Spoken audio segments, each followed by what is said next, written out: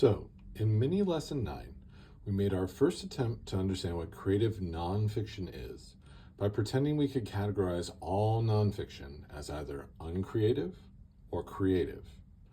For our second attempt to answer the question, what is creative nonfiction?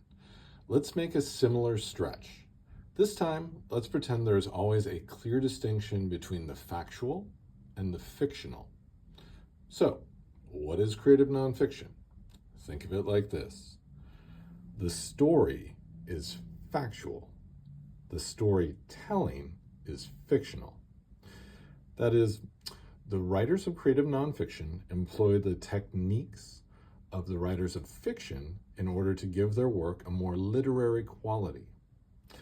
As with the writers of fiction, then, the writers of nonfiction are concerned with character, point of view, setting, structure, exposition, action and resolution, and dialogue.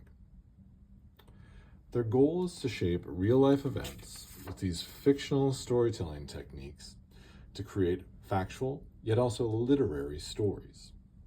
As an example of a published piece of creative nonfiction that illustrates my remarks about a factual story with fictional storytelling, we'll carefully consider Savages, which is an excerpt from Frank Conroy's memoir, Stop Time.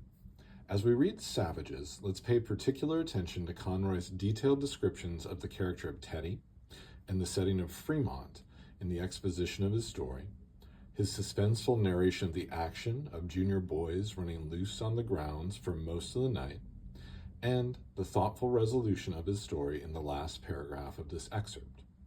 Now, you may have noticed that the word literary popped up a couple times in the second attempt to essay the question, what is creative nonfiction?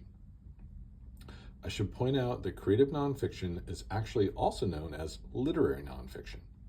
In a way, the alternative term literary nonfiction might communicate more clearly the important point that this semester we will attempt to employ literary devices, styles, and techniques to tell factually accurate stories.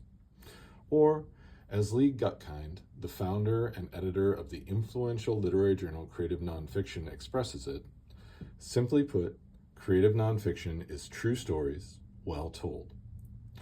As we continue to think about how we might answer the question, what is creative nonfiction, we'll read Gutkind's essay titled, appropriately enough, What is Creative Nonfiction? We'll also look at creative nonfiction, an overview created by the helpful folks at the Online Writing Lab at Purdue University. After you've watched mini lesson 9 and mini lesson 10 and read what is creative nonfiction and creative nonfiction overview, you'll communicate your own developing understanding of what creative nonfiction is to our class discussion for this module. I look forward to reading your developing understandings of what creative nonfiction is a little later this week.